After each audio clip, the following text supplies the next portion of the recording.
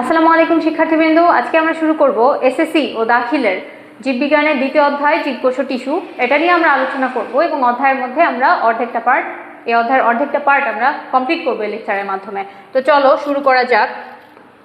আচ্ছা, তো জীবকোষ ও টিস্যু, এখানে আসলে কোষটা কি, কোষ কাকে বলে সেটা আমাদের প্রথমত জানতে হবে যে কোষ কাকে বলে। তো খেয়াল করো যে কোষের সংজ্ঞা তোমরা সবাই জানো। কোষকে আমরা সাধারণভাবে বলে থাকি যে জীবদেহের, যেটা সাধারণ সংজ্ঞা সবাই জানে, জীবদেহের গঠন ও কাজের একক, তাই না? আচ্ছা, তো এটা তো আমরা সবাই জানি, কিন্তু আমাদের একটু এক্সেপশন হতে হবে, একটু ভালোভাবে বলতে হবে বিষয়টা, যেহেতু আমরা সায়েন্সের স্টুডেন্ট, তাই না? আচ্ছা, তো দেখো যে সংজ্ঞা আকারে কিভাবে আমরা বলতে পারি যে কোষটা আসলে কি। দেখো, কোষ হলো জৈবিক ক্রিয়াকলাপের একক। ওই যে একই কথা এখানে বলা হচ্ছে যে এটা হচ্ছে জৈবিক ক্রিয়াকলাপের একক, অর্থাৎ আমরা এটাকে 1 নম্বর পয়েন্ট বলতে পারি। আমরা কিওয়ার্ড বা পয়েন্ট আকারে করব, তো এটা হচ্ছে 1 নম্বর পয়েন্ট, অর্থাৎ কোষ হলো জৈবিক ক্রিয়াকলাপের একক। আচ্ছা, এরপরে দেখো যে সেকেন্ড যে পয়েন্ট, সেটা হচ্ছে অর্ধভেদ্য ঝিল্লি। এর কি আছে? অর্ধভেদ্য ঝিল্লি আছে, অর্থাৎ এটা অর্ধভেদ্য ঝিল্লি দিয়ে আবৃত বা সেমি পারমেবল মেমব্রেন দিয়ে আবৃত, ঠিক আছে, আবদ্ধ, এবং অন্য কোনো সজীব মাধ্যম ছাড়াই নিজের প্রতিরূপ তৈরি করতে সক্ষম বা আত্মজননে সক্ষম, ঠিক আছে, নিজের প্রতিরূপ তৈরি করতে সক্ষম। তো এটা হচ্ছে 3 নম্বর কথা। তো আমাদের এইভাবে পড়লে আমরা সহজেই সংজ্ঞাটা মনে রাখতে পারবো। খেয়াল করো, প্রথম কথা হচ্ছে জৈবিক ক্রিয়াকলাপের একক, দ্বিতীয় কথা হচ্ছে অর্ধভেদ্য ঝিল্লি দ্বারা আবৃত, এবং তৃতীয় কথা হচ্ছে যে অন্য কোনো সজীব মাধ্যম ছাড়াই এই আত্মজননে সক্ষম, অর্থাৎ একটি কোষ থেকে আরেকটা কোষ তৈরি হতে পারে। তো এই সংজ্ঞাটা আসলে কে দিয়েছিলেন? লোই এবং সিকেভিচ। লোই এবং সিকেভিচ। তো তোমাদের এটা মনে রাখতে হবে, এটা হচ্ছে লোই এবং সিকেভিচের সংজ্ঞা। ওকে, তো কত সালে দিয়েছেন ওনারা? 1969, ঠিক আছে। সাল সহ তোমরা একটু রেফারেন্স দিয়ে তারপরে লিখবে যদি আসে কোষ কি কাকে বলে। তাহলে এইটা যদি লিখো তাহলে টিচার শুরুতেই ইমপ্রেস হয়ে যাবেন। আচ্ছা, কোষের প্রকারভেদ যদি আমরা দেখি, তো কোষের আসলে শ্রেণীবিভাগ করা যদি যায় তাহলে আমরা কিভাবে করতে পারি এবং কয় ভাগে ভাগ করতে পারি। দেখো, যে কাজের ভিত্তিতে, অর্থাৎ একটা কোষ কি কাজ করে সেটার উপর ভিত্তি করে আমরা কোষকে 2 ভাগে ভাগ করছি। একটা হচ্ছে দেহকোষ এবং আরেকটি হচ্ছে জনন কোষ। তো দেহকোষকে আমরা বলে থাকি সোমাটিক সেল, এবং জনন কোষকে কি বলে থাকি? Gametic sell.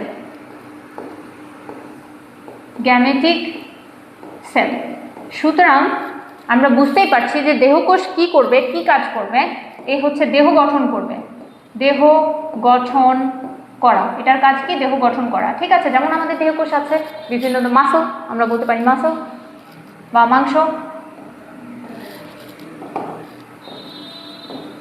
মাংসপেশির কোষ।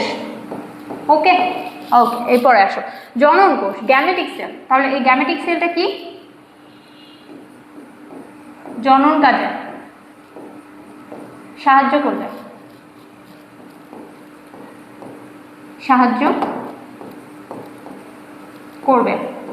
জনন কাজে সাহায্য করা। যেমন এক্সাম্পল হিসেবে আমরা কি দিতে পারি? ডিম্বাণু বা শুক্রাণু। ওকে, তো এগুলো হচ্ছে জনন কোষ। এরপরে আসো যে নিউক্লিয়াসের গঠনের ভিত্তিতে, এটা হচ্ছে প্রথম ক্যাটাগরি, এবং সেকেন্ড ক্যাটাগরি হচ্ছে নিউক্লিয়াসের গঠন, অর্থাৎ এদের নিউক্লিয়াসটা কেমন। আমরা প্রথম অধ্যায়ে দেখেছি যে নিউক্লিয়াসের গঠনের ভিত্তিতে বা নিউক্লিয়াসের উপর ভিত্তি করে আমরা 2টা ক্যাটাগরি ভাগ করছিলাম জীবকে, ঠিক আছে। তো একটা হচ্ছে প্রোক্যারিওটা এবং একটা হচ্ছে ইউক্যারিওটা। তো এখানে খেয়াল করো যে নিউক্লিয়াসের গঠনের ভিত্তিতে আমরা কোষকেও 2 ভাগে ভাগ করতে পারবো, আদি কোষ এবং প্রকৃত কোষ। তাহলে আদি কোষ কাদেরকে বলবো? Prokaryotic sell, prokaryotic sell. এবং প্রকৃত কোষকে আমরা কি বলবো?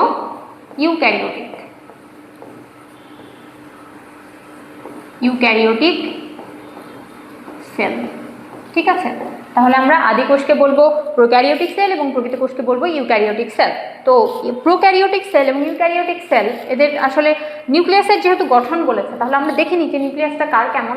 আমরা যদি আগে জানি, তো এদের নিউক্লিয়াসটা কেমন, অগঠিত। নিউক্লিয়াস অগঠিত, অগঠিত কি নেই, নিউক্লিয়ার আবরণ, আবরণ ও নিউক্লিওলাস, নিউক্লিওলাস নেই, নিউক্লিয়ার আবরণ এবং নিউক্লিওলাস নেই।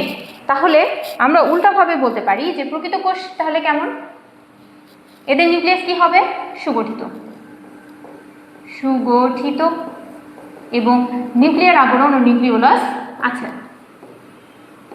আচ্ছা, ঠিক আছে, তাহলে আমরা এইভাবে এদের পার্থক্য করতে পারি। ওকে, তারপরে আসো যে আবার আমরা জীবের উপর ভিত্তি করে কোষকে দুই ভাগে ভাগ করতে পারি, উদ্ভিদ কোষ এবং প্রাণী কোষ, যেটা আদি একটা ধারণা ছিল। প্রথমত এটা এইভাবে ভাগ করা হচ্ছিল কোষকে, কিন্তু পরবর্তীতে আরও ওই যে জনন কোষ, দেহকোষ, তারপর হচ্ছে প্রোক্যারিওটিক সেল, ইউক্যারিওটিক সেল, প্রকৃত কোষ, আদি কোষ, এইভাবে হচ্ছে করা হয়, ভাগ করা হয়। তো আমরা দেখি যে উদ্ভিদ কোষ এবং প্রাণী কোষ, তোমরা বুঝতেই পারছো যে উদ্ভিদ কোষ কোনটা হবে বলো তো, উদ্ভিদের কোষ, উদ্ভিদ দেহের কোষ, সেটা কি উদ্ভিদের কোষ। প্রাণী দেহের কোষটা হচ্ছে প্রাণী কোষ, প্রাণী দেহের কোষ প্রাণী কোষ। আচ্ছা, এরপরে আসো যে আমরা যদি একটু ইলাস্ট্রেশন দেখতে যাই তাহলে কিভাবে দেখবো, দেখো এই যে এখানে একটা উদ্ভিদ কোষ দেখানো আছে, তো এই আর এখানে দেখানো আছে প্রাণী কোষ। দেখো তোমাদের ক্ষেত্রে এই দুইটা চিত্র ভেরি ভেরি ইম্পর্ট্যান্ট। তো দুইটা চিত্র খুব বেশি প্র্যাকটিস করতে হবে, প্লাস 3 মিনিট আঁকানোর ট্রাই করতে হবে। কিভাবে আরও যদি কম সময় পারা যায় তাহলে সেটাও ট্রাই করতে হবে। খুব দ্রুত এটা আঁকাতে হবে স্ট্রাকচারগুলো। দেখো এখানে মাইটোকন্ড্রিয়া বা অঙ্গাণুগুলো একটা অধিক সংখ্যায় দেওয়া আছে, এত আমরা দিব না, জাস্ট একটা দিলেই হবে। প্লাস্টিড অনেকগুলো দেওয়া আছে, একটা দিব। তো এইরকমভাবে স্ট্রাকচারটা আঁকাতে হবে, প্লাস লেবেলিং করতে হবে এবং ক্যাপশন দিতে হবে যে এটা একটা আদর্শ উদ্ভিদ কোষ। তারপরে ঠিক প্রাণী কোষের ক্ষেত্রেও তেমন। তো এই দুইটা চিত্র ভেরি ভেরি ইম্পর্টেন্ট। আমরা একটু দেখি, আলোচনা করি যে কি কি আছে। খেয়াল করো যে উদ্ভিদ কোষের মধ্যে দেখো শুরুতেই আমরা মাঝখানে একটা বড় স্পেস দেখতে পাচ্ছি, তো এটাকে কি বলে, কোষ গহ্বর বা ভ্যাকিউল, সেল ভ্যাকিউল, ঠিক আছে, সেল ভ্যাকিউল। এরপরে দেখো কোষ প্রাচীর আছে বা সেল ওয়াল, সেল ওয়াল। ওকে, এরপরে দেখো কি কি আছে, প্লাজমা মেমব্রেন আছে, অর্থাৎ প্রোটোপ্লাজমের বাইরে যে পর্দা বা যে আবরণ সেটা হচ্ছে প্লাজমা মেমব্রেন। সাইটোপ্লাজমীয় ধাত্র বা মাতৃকা, অর্থাৎ সাইটোপ্লাজমটাকেই মূলত সাইটোপ্লাজমীয় ধাত্র বা মাতৃকা বলা হচ্ছে, সিম্পল। তারপর মসৃণ এন্ডোপ্লাজমিক জালিকা। দেখো এন্ডোপ্লাজমিক জালিকা বা এন্ডোপ্লাজমিক রেটিকুলাম আমরা পরে পড়বো বিস্তারিত। তো এই যে অঙ্গাণু এটা দুই ধরনের হতে পারে, কি কি দেখো, মসৃণ এবং অমসৃণ, মসৃণ এবং অমসৃণ। তো বিষয়টা কেন, মসৃণে এন্ডোপ্লাজমিক যে জালিকা তার গায়ে কোনো কিছু লেগে থাকে না, মসৃণ যেটা সেটা এরকম হবে, কোনো কিছু নেই, এটার গায়ে কোনো কিছু লেগে নেই, ঠিক আছে, এরকম একটা এন্ডোপ্লাজমিক জালিকা। কিন্তু অমসৃণটা কেমন হবে বলো তো, অমসৃণে লেগে থাকবে কোনো কিছু, কোনো উপাদান লেগে থাকবে। তো সেটা কি, সেটা হচ্ছে রাইবোজোম, রাইবোজোম। এই যে গুটি গুটি এরকম দানা দানা লেগে থাকবে হচ্ছে রাইবোজোম, ঠিক আছে। এজন্য আমরা এটাকে কি বলছি, অমসৃণ এন্ডোপ্লাজমিক রেটিকুলাম। ওকে, এরপরে আসো যে নিউক্লিয়াস যদি আমরা আসি, তো নিউক্লিয়াসের মধ্যে কি কি আছে, 5টা অংশ। নিউক্লিয়ার রন্ধ্র আছে, যদি এটা হচ্ছে বলতেও পারো, নাও বলতে পারো। নিউক্লিওলাস, এগুলো অবশ্যই বলতে হবে, নিউক্লিওলাস অর্থাৎ নিউক্লিয়াসের মধ্যে যে একটা কনস্ট্রিকশন বা একটা ঘন অঞ্চল সেটা হচ্ছে নিউক্লিওলাস। তারপরে নিউক্লিয়ার আবরণী, নিউক্লিয়াসকে যে আবরণী ঘিরে রেখেছে সেটাই হচ্ছে নিউক্লিয়ার আবরণী। এবং হচ্ছে ক্রোমাটিন তন্তু, ক্রোমাটিন তন্তু অর্থাৎ আমরা জানি নিউক্লিয়াসের মধ্যে কি আছে, ক্রোমোজোম। যখন এটা খুব প্যাঁচানো থাকে, তন্তুর মতো থাকে, সুতার মতো, চেনা যায় না, তখন আমরা এটাকে বলছি ক্রোমাটিন তন্তু। এটাই কিন্তু পরবর্তীতে ক্রোমোজোম হয়ে যায়। ওকে, এরপর আসো নিউক্লিওপ্লাজম। তো নিউক্লিয়াসের মধ্যে যে সাইটোপ্লাজমটা আছে সেটাকে আমরা নিউক্লিওপ্লাজম বলছি, ইজি।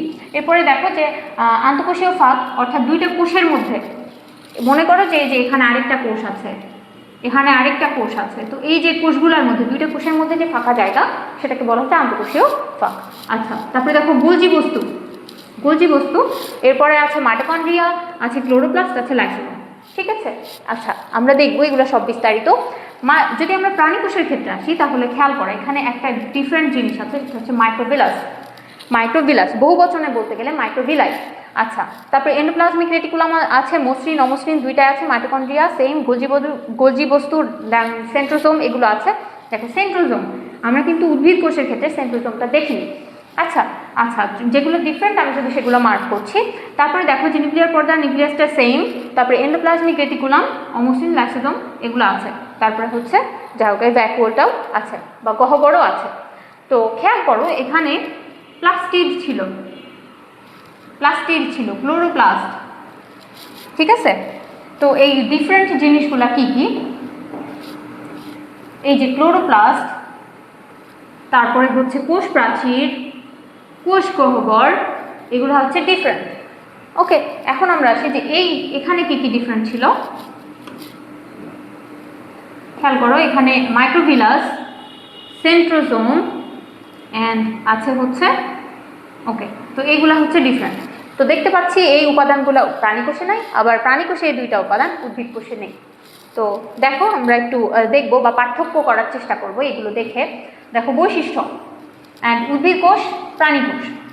দেখো বৈশিষ্ট্যের মধ্যে কি কি রেখেছি, কোষ প্রাচীর। বলো তো উদ্ভিদ কোষে কোষ প্রাচীর আছে? কোষ প্রাচীর আছে, ঠিক আছে। তো উদ্ভিদ কোষে কোষ প্রাচীর আছে, আছে। আর প্রাণী কোষে কোষ প্রাচীর নেই, নেই। তারপরে দেখো যে কোষ গহ্বর উদ্ভিদ কোষে আছে, প্রাণী কোষে বলো তো আছে কি নেই? নেই, সাধারণত নেই। যদি থাকে তাহলে কেমন, ক্ষুদ্র। যদি থাকে তাহলে সেটা অত্যন্ত ক্ষুদ্র। সঞ্চিত খাদ্য, সঞ্চিত খাদ্য হচ্ছে শর্করা, শ্বেতসার জাতীয় খাদ্য। স্টার্চ আমরা যদি বলি আরো বিশেষ স্পেসিফিকভাবে স্টার্চ, স্টার্চ। আর এদের সঞ্চিত খাদ্য কি, গ্লাইকোজেন, গ্লাইকোজেন। ঠিক আছে। আচ্ছা, এরপরে দেখো সেন্ট্রোজোম। সেন্ট্রোজোম উদ্ভিদ কোষে সাধারণত দেখা যায় না, আর প্রাণী কোষে আছে, প্রাণী কোষে দেখা যায়। আচ্ছা, এরপরে উদাহরণ বলতে পারো যে একটা উদ্ভিদের, যেমন আম গাছের কোষ, আম গাছের কোষ। ওকে, আর প্রাণী কোষের ক্ষেত্রে কি বলতে পারো, যে মানুষের দেহকোষ,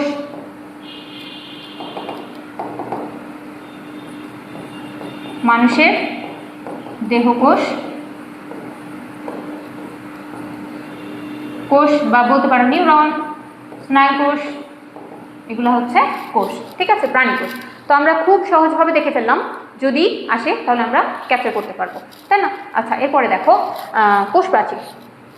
কোষ প্রাচীর অর্থাৎ কোষ নিয়ে যে আলোচনা করব, উদ্ভিদ কোষের মধ্যে সর্বপ্রথম ছিল কোষ প্রাচীর, অর্থাৎ বাইরের যে আমরা বাইরে থেকে ভিতরে ঢুকবো আস্তে আস্তে। তো দেখো কোষ প্রাচীর তাহলে কি এটা, দেখো সংজ্ঞা হিসেবে তুমি বলতে পারো জড় উপাদান দ্বারা, খেয়াল রাখবা জড়, এটা কিন্তু জড় বা অজীবীয় উপাদান। ঠিক আছে। আচ্ছা, জড় উপাদান দ্বারা গঠিত যে আবরণ উদ্ভিদ কোষের বাইরে অবস্থান করে কোষকে সুরক্ষা দেয় তাকে বলা হয় কোষ প্রাচীর। ঠিক আছে। তো কোষ প্রাচীরটা কি একদম বাইরে থাকবে, উদ্ভিদ কোষের একদম বাইরে একটা যে আবরণী থাকবে সেটাই হচ্ছে কোষ প্রাচীর। তো মনে করো যে এটা যদি একটা কোষ হয়, উদ্ভিদ কোষ, তো তার বাইরে যে আবরণীগুলো আছে, বাইরে যে আবরণ আছে সেটাকে আমরা বলছি কোষ প্রাচীর। এটা কিন্তু প্রাণী কোষে নেই। ঠিক আছে, প্রাণী কোষে আমরা দেখতে পারবো না। আচ্ছা, এরপরে দেখো বৈশিষ্ট্য। বৈশিষ্ট্য যদি আসি তাহলে কি কি বৈশিষ্ট্য এখানে উল্লেখ করতে পারি। জড়বস্তু দিয়ে তৈরি, জড়বস্তু, এটা জীব না, জড়বস্তু। এরপরে দেখো প্রাণী কোষে নেই, খুবই গুরুত্বপূর্ণ একটা কথা, যে প্রাণী কোষে কোষ প্রাচীর থাকে না, প্রাণী কোষে কোষ প্রাচীর থাকে না, নেই। রাসায়নিক গঠন যদি আমরা আসি, অত্যধিক, সবচেয়ে বেশি পরিমাণে কি থাকে, সেলুলোজ।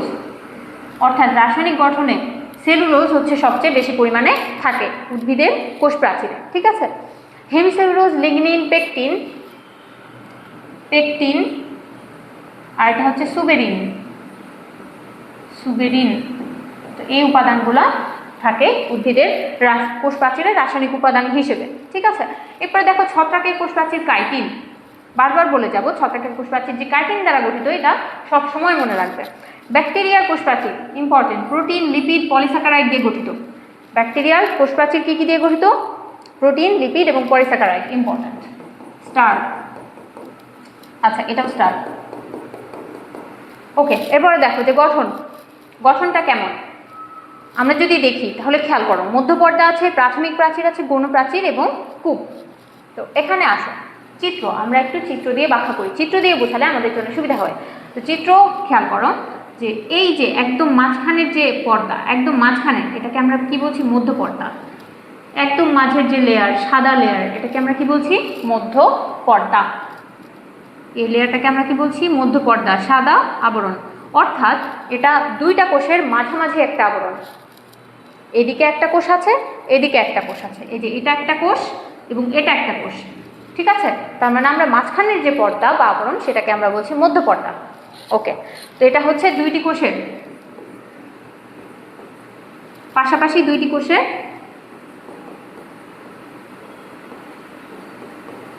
পাশি, দুইটি কোষের সাধারণ পর্দা।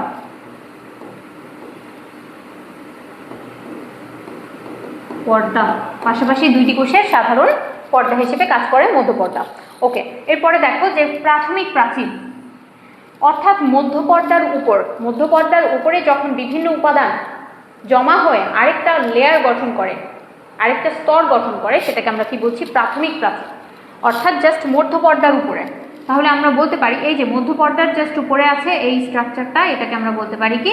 প্রাথমিক প্রাচীর। তাহলে আমরা প্রাথমিক প্রাচীর বলতে পারি মধ্যপর্দার জাস্ট এটা হচ্ছে প্রাথমিক প্রাচীর। ওকে, তারপর দেখো প্রাথমিক প্রাচীর কিন্তু এক স্তর বিশিষ্ট, এটা আমাদের খেয়াল রাখতে হবে। একস্তরী, অর্থাৎ স্তর কয়টা? একটাই মাত্র, প্রাথমিক প্রাচীরের একটাই স্তর। আচ্ছা, এরপরে দেখো যে যদি আমরা গৌণ প্রাচীর আসি, প্রাথমিক প্রাচীরের উপরে আরও বিভিন্ন উপাদান মিশ্রিত হয়ে বা জমা হয়ে আরও একটা প্রাচীর তৈরি করে, সেটাকে আমরা কি বলছি? গৌণ প্রাচীর। গৌণ প্রাচীরের কয়টা স্তর? এই যে তিনটি স্তর থাকে, গৌণ প্রাচীরে তিনটা স্তর থাকে। তো সেগুলা কি? আমরা যদি বাইরে থেকে ভেতরে যেতে চাই তাহলে দেখো বহিঃস্তর, মধ্যস্তর, অন্তঃস্তর, ঠিক আছে। অর্থাৎ একদম প্রাথমিক প্রাচীরের নিচেই যে স্তরটা, সেটাকে আমরা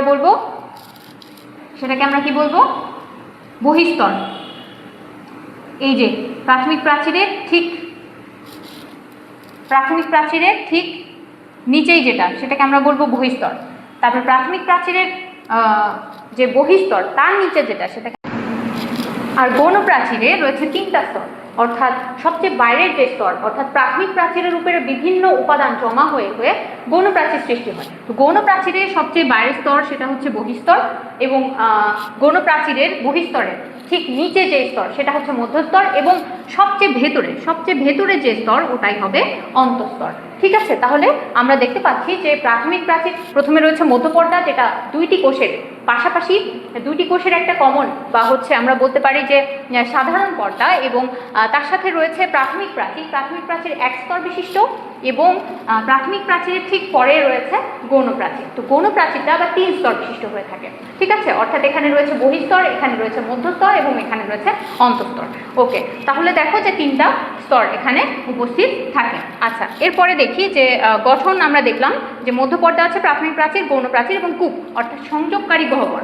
অর্থাৎ পাশাপাশি যে আমাদের যে কোষ প্রাচীর সেখানে রয়েছে কূপ, এবং কূপটা কী করে? সংযোগ স্থাপন করে, ঠিক আছে।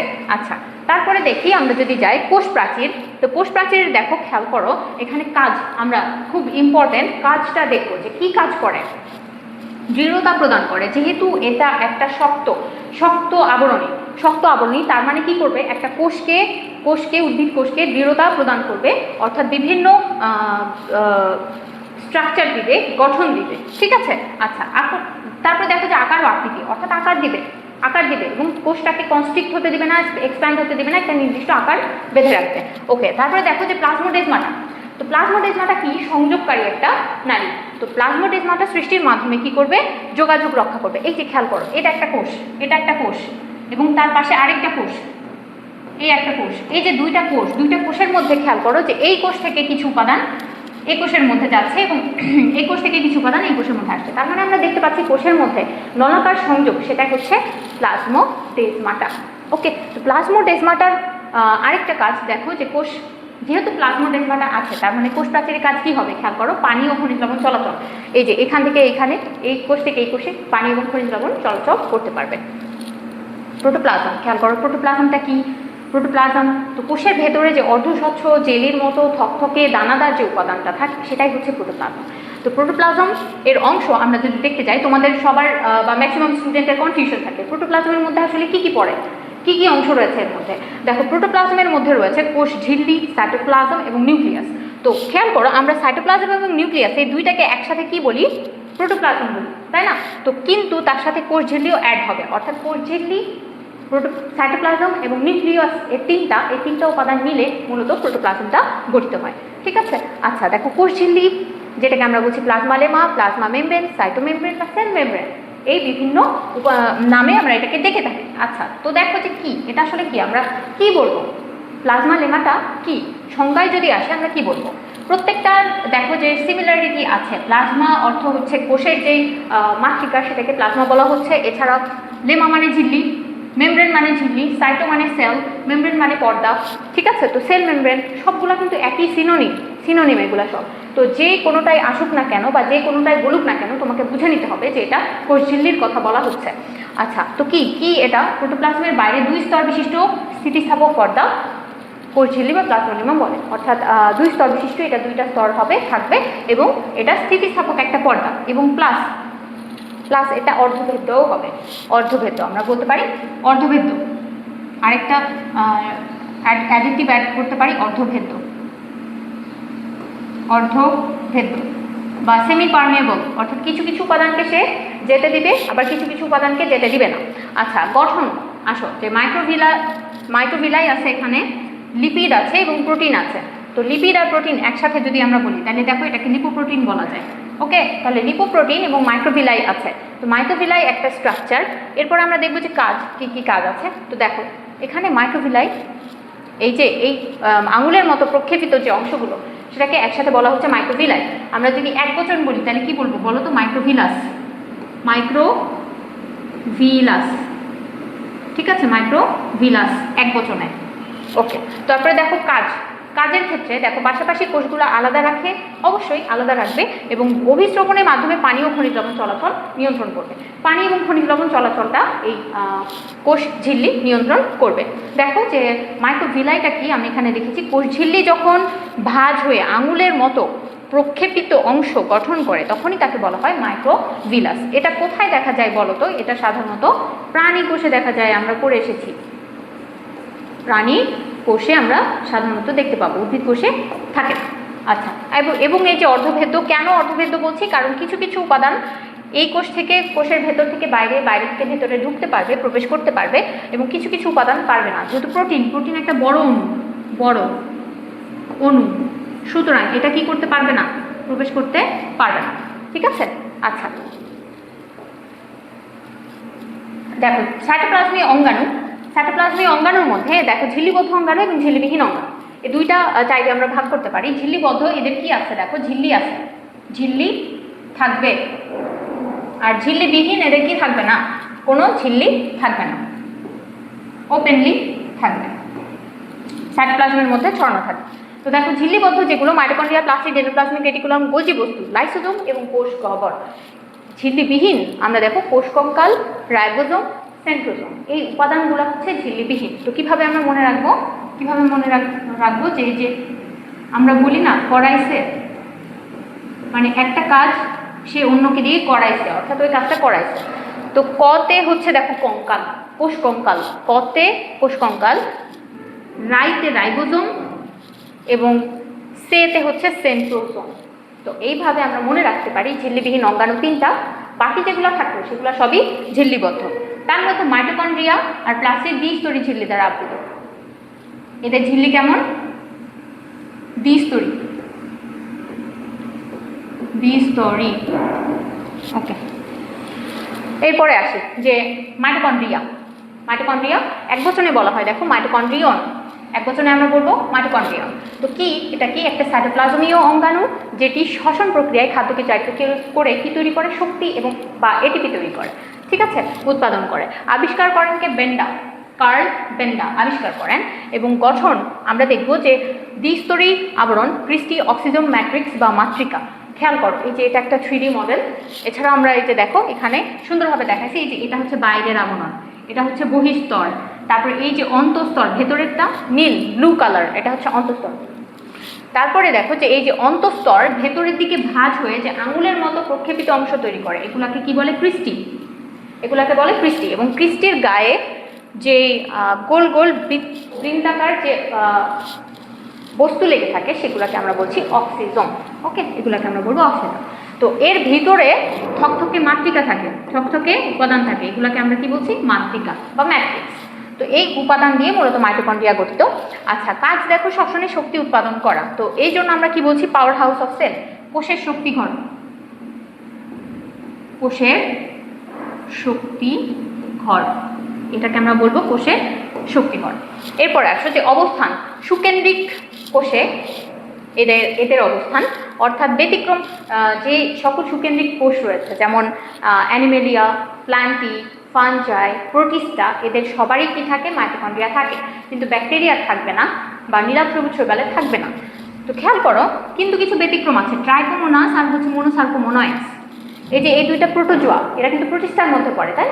তো এই দুইটা প্রোটোজোয়া এদের কি থাকার কথা ছিল? মাইটোকন্ড্রিয়া থাকার কথা ছিল, কিন্তু ব্যতিক্রম, এদের নাই। সো এটা ইম্পর্টেন্ট, এই দুইটা কি ইম্পর্টেন্ট, কাদের নাই। ওকে, এন্ডোসিম্বায়োসিস, এটা কিছুই না, এন্ডো মানে খেয়াল করো ভেতরে, আর সিম্বিওসিস মানে একে অপরের দ্বারা উপকৃত হয়, যে ইন্টার রিলেশনের মাধ্যমে, আন্তঃসম্পর্কের মাধ্যমে একটা জীব আরেকটা জীবের একসাথে বসবাস করে, সাথে বসবাস করে এবং উপকৃত হয় একে অপরের দ্বারা। তো এটাকে আমরা বলছি সিম্বিওসিস। তো সিম্বিওসিসের মধ্যে দেখো একটা বায়োরিও ব্যাকটেরিয়া, এটা কি ব্যাকটেরিয়া? এ কিন্তু ব্যাকটেরিয়া।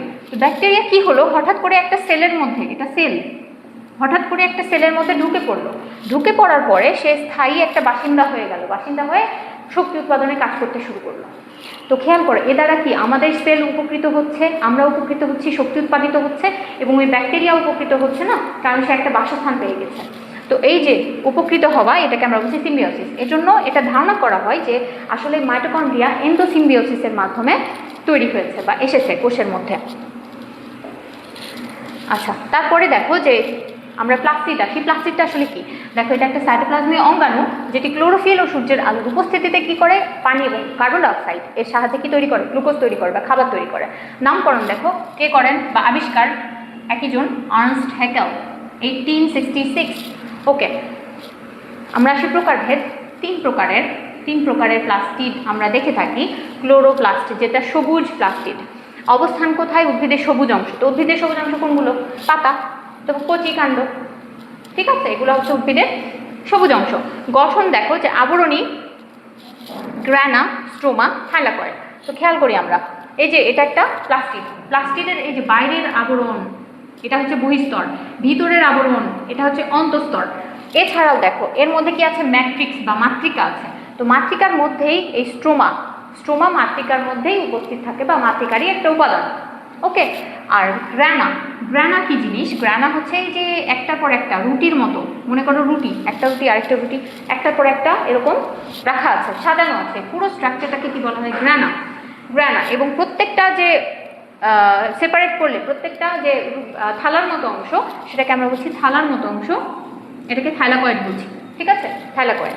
ওকে, তো প্রত্যেকটার কাজ কি? দেখো, আবরণীর কাজ তো আবরণ। গ্রানার কাজ কি? সূর্যালোককে আবদ্ধ করে রাসায়নিক শক্তিতে পরিণত করবে গ্রানা। স্ট্রোমার কাজ কি? স্ট্রোমা হচ্ছে রাসায়নিক শক্তিতে, এই যে পরিণত করলো না রাসায়নিক শক্তি, সেই রাসায়নিক শক্তি থেকে কার্বন ডাইঅক্সাইড যেটা বায়ু থেকে নেবে, বায়ুমণ্ডল থেকে নেবে, এবং পানি যেটা কোষের মধ্যে আছে, ওই পানির সাহায্যে কি করবে? গ্লুকোজ তৈরি করবে, ঠিক আছে, তৈরি করবে। আর খাদ্য উৎপাদন দেখো, এই জন্য এটাকে কি বলা হয়? Carbohydrate factory, because of its function. আচ্ছা, তারপরে দেখো প্লাস্টিডের ক্ষেত্রে ক্রোমোপ্লাস্ট বা রঙিন প্লাস্টিড, যেটা অবস্থান কোথায়? অবস্থান হচ্ছে উদ্ভিদের রঙিন অংশ, যেমন গাজরের মূল একটা রঙিন অংশ। মূলের সাধারণত আমরা রঙিন অংশ দেখি না, কিন্তু বিটরুট, তারপরে হচ্ছে গাজরের মূল, এগুলাতে আমরা রঙিন অংশ দেখি। এছাড়াও কি কি আছে দেখো, ফুল আছে, পাতা আছে, এগুলো হচ্ছে রঙিন অংশ। তো খেয়াল করি রঙগুলার যদি নাম আমরা দেখি, জ্যান্থোফিল হচ্ছে হলুদ রঙের নাম, ফাইকোসায়ানিন হচ্ছে নীল রঙের নাম, ফাইকোএরিথ্রিন হচ্ছে লাল রঙের নাম। এছাড়াও আছে ক্যারোটিন, ওই যে ক্যারোটিন, ক্যারোটিন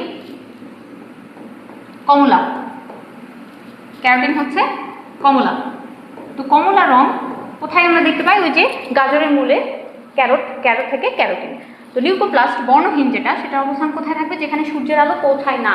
এমন কোন কোন অবস্থান যেখানে সূর্যের আলো পৌঁছায় না, এটা হচ্ছে মূল, ভ্রূণ, জননকোষ, সূর্যের আলো পৌঁছায় না এরকম অংশে। কি কাজ করবে, খাদ্য সঞ্চয় করে রাখবে, অর্থাৎ জমা করে রাখবে, খাদ্য জমা করা। তো সূর্যের আলোর সংস্পর্শে এরা এলে এরা কিসে রূপান্তরিত হয়ে যায়, এরা ক্লোরোপ্লাস্টে রূপান্তরিত হয়ে যায়। আচ্ছা, এরপরে দেখো যে গোলজি বস্তু, গোলজি বস্তু আমরা একটু দেখি যে গোলজি বস্তুটা কি, অবস্থান কোথায়, প্রধানত প্রাণী কোষে দেখে পাওয়া যায়। এছাড়াও গঠন যদি আমরা দেখি কি কি আছে, সিস্টার্নি আছে, ভেসিকল আছে। ভেসিকল আবার বিভিন্ন ধরনের হয়, ছোট হয়, বড় হয়, ভেসিকল। তো দেখো যে সিস্টার্নি কোনগুলো, এই যে চৌবাচ্চার মতো যে গঠন, এগুলাকে বলা হচ্ছে সিস্টার্নি, এবং ভেসিকল বলা হচ্ছে এই যে ছোট ছোট গহ্বরের মতো, এগুলোকে বলছে ভেসিকল। তো ভেসিকল হতে পারে বড়, যেগুলো আকারে বড়, বড় ভেসিকল, ছোট ভেসিকল, এগুলো আকারে ছোট। ঠিক আছে, তো এই উপাদান দিয়ে এই গোলজি বস্তুটা গঠিত। কাজ আমরা দেখবো ইম্পর্টেন্ট, পানি বিয়োজন সম্পন্ন করে, বিভিন্ন পদার্থ নিঃসরণ করে, যেমন হরমোন, হরমোন বিপাক কার্য এবং প্রোটিন সঞ্চয় করে। খেয়াল রাখবা এরা প্রোটিন সঞ্চয় করে, নট প্রোটিন প্রডিউস করে, উৎপাদন করে, সঞ্চয় করে রাখে। ওকে, অন্তঃপ্লাজমীয় যে জালিকা, এন্ডোপ্লাজমিক রেটিকুলাম, এন্ডোপ্লাজমিক রেটিকুলাম, এখানে দেখো যে অবস্থানটা কোথায়, উদ্ভিদ ও প্রাণী উভয় কোষে এরা থাকে। কাজ প্রোটিন সংশ্লেষণ করা, প্রবাহপথ হিসেবে মাইটোকন্ড্রিয়া ও কোষ গহ্বর সৃষ্টি করা। দেখো এই যে এটা একটা এন্ডোপ্লাজমিক রেটিকুলাম, তো এটা হচ্ছে মসৃণ, মসৃণ এন্ডোপ্লাজমিক রেটিকুলাম। যদি আমরা অমসৃণ দেখতে যাই তাহলে কেমন হবে, তাহলে খেয়াল করো, অমসৃণ যদি বলি,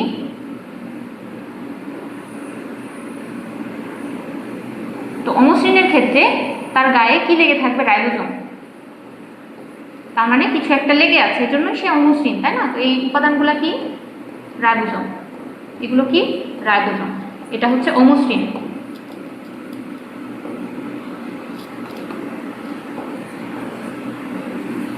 অমসৃণ এন্ডোপ্লাজমিক রেটিকুলাম। তো অমসৃণ এন্ডোপ্লাজমিক রেটিকুলাম, এই যে এগুলো হচ্ছে রাইবোজোম, রাইবোজোম।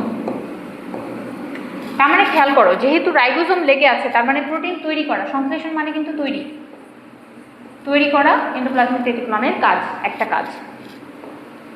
তারপরে আসলে যে কোষ গহ্বর, কোষ গহ্বরের অবস্থান দেখো, প্রাণী কোষে সাধারণত অনুপস্থিত থাকে, তবে আকারে থাকলে সেটা আকারে খুবই ছোট, এবং উদ্ভিদ কোষের এটা একটা বৈশিষ্ট্য।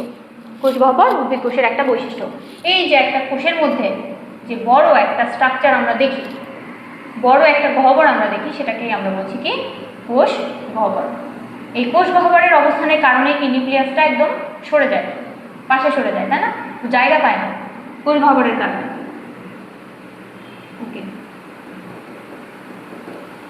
তার মানে আমরা দেখলাম ওটা একটা কোষ গহ্বর। তো কাজ কি খেয়াল করো, কোষরস ধারণ করা, কোষরস। এখন তোমাকে বলবে যে কোষরসের উপাদান কি, বা কোষরসের উপাদান নয় কোনটি। খেয়াল করো, আমাদের খাদ্য উপাদান কয়টা, 6টা প্রধান খাদ্য উপাদান। দেখো, শর্করা আছে, আমিষ আছে, স্নেহ বা চর্বি আছে, খনিজ লবণ বা খনিজ আমরা বলি, খনিজ লবণ আছে, পানি আছে, তাই না? 5টাই আছে। তাহলে আরেকটা নাই, ভিটামিন নাই, তাই তো? তো ভিটামিন নাই, ভিটামিন বাদ দাও, তার বদলে 2টা মনে রাখো, জৈব অ্যাসিড আর রঞ্জক পদার্থ মনে রাখো আলাদাভাবে। তাহলে দেখো 5টা প্রধান খাদ্য উপাদান আর 2টা উপাদান শুধু মনে রাখতে হচ্ছে, একটা হচ্ছে জৈব অ্যাসিড আর একটা রঞ্জক পদার্থ। তাহলে আমরা কোষরসের উপাদানটা পেরে যাচ্ছি, মনে থাকছে। ঠিক আছে, লাইসোজোম, লাইসোজোমের ক্ষেত্রে খেয়াল করো যে এটা জীবকোষকে জীবাণুর হাত থেকে রক্ষা করে, এটা হচ্ছে মূল কাজ, জীবাণুর হাত থেকে এটা রক্ষা করবে। হ্যাঁ, আর তাহলে অক্সিজেনের অভাব হলে পর্দা, এই পয়েন্টটা ইম্পর্টেন্ট, যে অক্সিজেনের অভাব হলে কি হয়, পর্দা ক্ষতিগ্রস্ত হয়, এনজাইম বের হয়ে কোষটিকে হজম করে ফেলে, অঙ্গাণুগুলা নষ্ট হয়ে যায় বা কোষটি মারা যায়। এটাকে বলা হচ্ছে অটোলাইসিস। নিজেই নিজেকে মেরে ফেলছে, তাই না? গলিয়ে ফেলছে, নিজে নিজের ক্ষয় করে ফেলছে, অটোলাইসিস। তো এই হচ্ছে আমাদের একটা বিভিন্ন এনজাইমস আছে, তো এটা হচ্ছে একটা লাইসোসোম। এখানে বিভিন্ন এনজাইম থাকে। এনজাইমসগুলো কি করে? ভক্ষণ করে বা ক্ষয় করে ফেলে, নষ্ট করে ফেলে। আচ্ছা, কোষ কঙ্কাল, সাইটোস্কেলিটন। তো সাইটোস্কেলিটন দেখো যে কি গঠন আমরা দেখব, ইম্পর্টেন্ট অ্যাক্টিন, মায়োসিন, টিউবিউলিন। এই প্রোটিন দিয়ে গঠিত, 3 ধরনের প্রোটিন দিয়ে গঠিত। প্রকারভেদ খেয়াল করো কি কি আছে, মাইক্রোটিউবিউল, মাইক্রোফিলামেন্ট, ইন্টারমিডিয়েট ফিলামেন্ট, অর্থাৎ 3 ধরনের, তাই না? 3 ধরনের কি কি সেগুলো? 1 হচ্ছে মাইক্রোটিউবিউল, 2 হচ্ছে মাইক্রোফিলামেন্ট, 3 হচ্ছে ইন্টারমিডিয়েট ফিলামেন্ট। যদি আসে যে 3 ধরনের কোষ কঙ্কালের নাম বলো বা কোষ কঙ্কালের ধরনগুলো কি কি বা ধরন 9 কোনটি, এমসিকিউ এর জন্য। তো তোমরা মনে রাখবা মাইক্রোটিউবিউল, মাইক্রোফিলামেন্ট, ইন্টারমিডিয়েট ফিলামেন্ট, এই 3টা হচ্ছে ধরন। কাজ দেখো ভেতর থেকে কোষটিকে ধরে রাখে, অর্থাৎ কঙ্কাল যেমন করে আকৃতি দান করে, আকৃতি দান কোষের একটা স্ট্রাকচার দান করে। রাইবোসোম দেখো ইম্পর্টেন্ট একটা অঙ্গাণু। রাইবোসোম কি? রাইবোসোম হচ্ছে সাইটোপ্লাজমীয় অঙ্গাণু, প্লাজমীয় অঙ্গাণু যা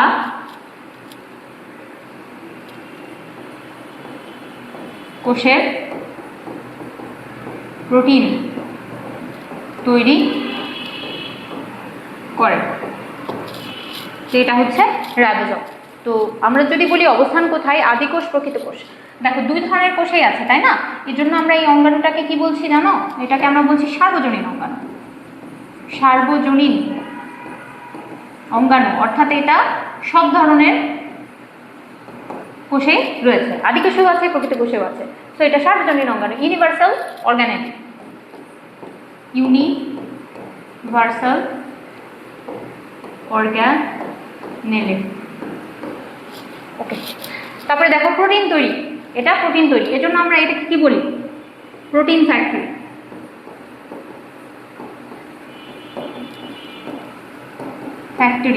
এটাকে আমরা কি বলি? Protein factory. আচ্ছা, সেন্ট্রোজোম। সেন্ট্রোজোমের খেয়াল করো, সেন্ট্রোজোম আসলে কি দেখি, এটার অবস্থান দেখো। প্রধানত প্রাণী কোষে থাকে, কদাচিৎ নিম্ন শ্রেণীর উদ্ভিদ কোষেও এটাকে আমরা পাই। ঠিক আছে, এটা একটা ঝিল্লিবিহীন অঙ্গাণু। এবং গঠন যদি আসি, সেন্ট্রোস্ফিয়ার ও সেন্ট্রিওল, এই 2টা মিলে একটা সেন্ট্রোজোম গঠিত। তাহলে দেখো কি কি সেগুলো। এটা সেন্ট্রিওল, ঠিক আছে, এগুলো এই 2টা হচ্ছে সেন্ট্রিওল।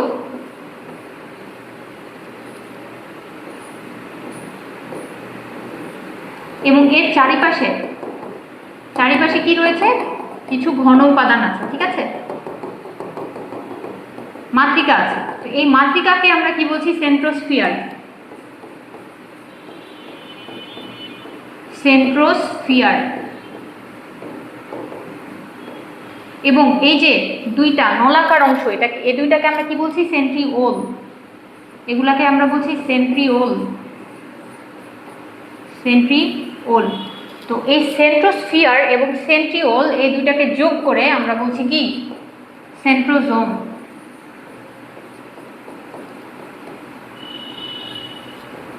ঠিক আছে, কাজ কি করবে? ইম্পর্ট্যান্ট। স্টার কি কাজ করে? অ্যাস্টার রে তৈরি করে। স্পিন্ডল যন্ত্র তৈরিতে এর ভূমিকা রয়েছে, স্পিন্ডল যন্ত্র। ফ্লাজেলা তৈরিতে ওইটার ভূমিকা রয়েছে। ঠিক আছে, এরপরে আসো যে নিউক্লিয়াস, আমাদের লাস্ট অংশ। নিউক্লিয়াস, এটাকে কি বলা হয়? কেন্দ্রিকা বা কোষের কি? প্রাণ কেন্দ্র। কোষের প্রাণ কেন্দ্র। ওকে, কোষের প্রাণ কেন্দ্র। দেখো কি, তাহলে আমরা বলবো যে সাইটোপ্লাজমে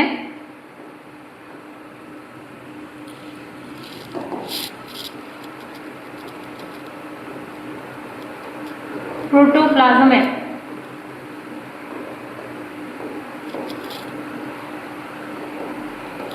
মধ্যে অবস্থিত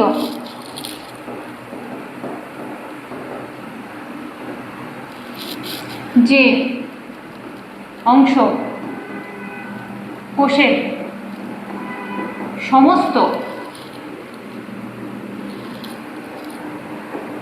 সমস্ত জৈবিক কার্যকলাপ নিয়ন্ত্রণ করে,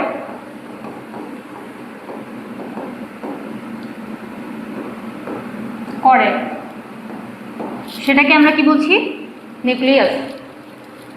আচ্ছা, অংশসমূহ দেখো, অংশসমূহ 4টা: নিউক্লিয়ার ঝিল্লি, নিউক্লিওপ্লাজম, নিউক্লিওলাস এবং ক্রোমাটিন জালিকা। তো খেয়াল করো, আমরা একটু দেখবো, ছবির মাধ্যমে দেখবো, ইলাস্ট্রেশন দেখবো। তো এই যে নিউক্লিয়াস, নিউক্লিয়াসের কয়টা আবরণ আছে খেয়াল করো তো? 2টা আবরণ। এই যে দ্বিস্তর বিশিষ্ট ঝিল্লি, কয় স্তর বিশিষ্ট? 2 স্তর। ঠিক আছে, এই যে ফাঁকা মাঝখানে যে ফাঁকা জায়গা, এটাকে কি বলছি? নিউক্লিয়ার। নিউক্লিয়ার। রন্ধ্র, রন্ধ্র মানে ছিদ্র। ঠিক আছে, আচ্ছা, তারপরে দেখো যে নিউক্লিয়ার মেমব্রেন, অর্থাৎ এই যে 2টা স্তরের যে মেমব্রেন সেটা নিউক্লিয়ার মেমব্রেন। নিউক্লিয়ার রন্ধ্র আছে। নিউক্লিওলাস, এই যে ঘন, যে নিউক্লিয়াসের মধ্যে ঘন যে একটা অঞ্চল, সেটাকে আমরা বলছি নিউক্লিওলাস। নিউক্লিওপ্লাজম, এই যে সাইটোপ্লাজম যেটা নিউক্লিয়াসের ভিতরে অবস্থান করে, সেটাকে আমরা বলি নিউক্লিওপ্লাজম। তারপর আছে নিউক্লিয়ার রেটিকুলাম, এই যে দেখো সূত্রকের মতো, জালের মতো ছড়ানো ছিটানো, এই যে এগুলাকে আমরা কি বলছি? Nuclear reticulum. এই নিউক্লিয়ার রেটিকুলাম কনস্ট্রিক্ট হয়ে কি তৈরি করে? ক্রোমোজোম। ক্রোমোজোম তৈরি করে। ঠিক আছে, আচ্ছা, তারপরে দেখো আমরা ক্রোমোজোম আসি। এই যে দেখো একটা ক্রোমোজোম। তো ক্রোমোজোমে কি কি অংশ থাকে মূলত? তো খেয়াল করো, ক্রোমোজোমে কি থাকে? একটা কেন্দ্র বা হচ্ছে এই অংশ, এটাকে আমরা কি বলছি? সেন্ট্রোমিয়ার, অর্থাৎ ক্রোমোজোমের যে প্রাইমারি সংকোচন। তো 1 নম্বর আমরা পেলাম সেন্ট্রোমিয়ার। সেন্ট্রোমিয়ার এটা হচ্ছে প্রাইমারি বা প্রাথমিক সংকোচন।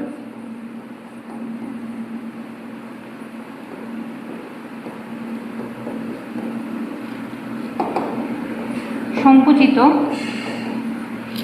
অংশ।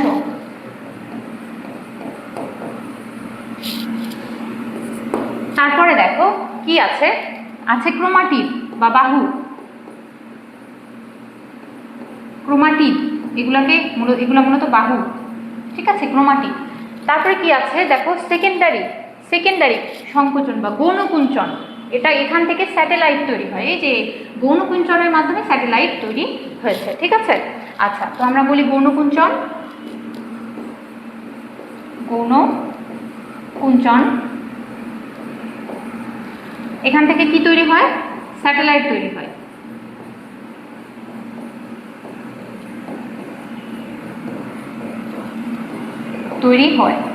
আচ্ছা, তারপরে দেখো গৌণকুঞ্চনের পরে আর কি আছে? আমরা একটু দেখবো যে ধাত্র, তাই না? ধাত্র বা মাতৃকা। অনেকে আবার বলেন যে ধাত্রটাই কিন্তু ম্যাট্রিক্স বা মাতৃকা। ম্যাট্রিক্স অনেক নাম একটা জিনিসের, তাই না? মাতৃকা, এটাই মাতৃকা হিসেবে ডাকা হচ্ছে, মাতৃকা। আচ্ছা, তারপরে দেখো যে আমরা দেখবো যে এটার রাসায়নিক গঠন যদি দেখি, গঠন আসলে কি দ্বারা গঠিত, রাসায়নিক গঠন যদি দেখো তাহলে খেয়াল করো এখানে কি আছে? ডিএনএ আছে, ডিএনএ প্লাস আছে হিস্টোন। হিস্টোন হচ্ছে একটা প্রোটিন। ঠিক আছে, তো এই ডিএনএ আর হিস্টোন আছে, এই দুইটা মিলে এই ক্রোমোজোমটা গঠিত। তার সাথে রয়েছে ধাত্র। তো ডিএনএ এর মধ্যেই কিন্তু আবার আছে জিন, বা হচ্ছে কিছু অংশকে আমরা বলছি জিন। এই জিন কি করে? বংশ পরম্পরায় বংশগতি